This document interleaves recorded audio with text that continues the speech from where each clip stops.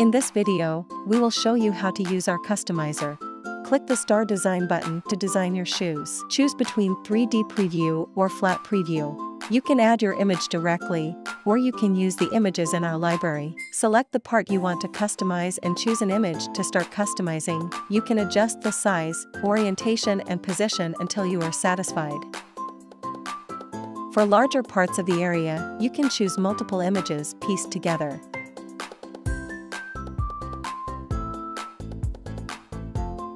Once done, use this button. Your design can be applied directly to the corresponding position on the other shoe. Multiple images need to be copied one by one, and then adjusted if there are inappropriate places after copying.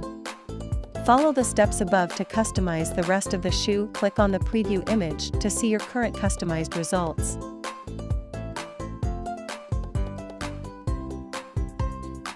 You can also design every part of the product with text, or choose a basic color to make it more unique.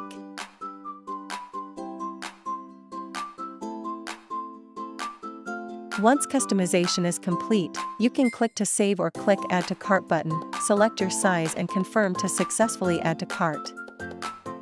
That's all about today's video. Let's go to design yours now.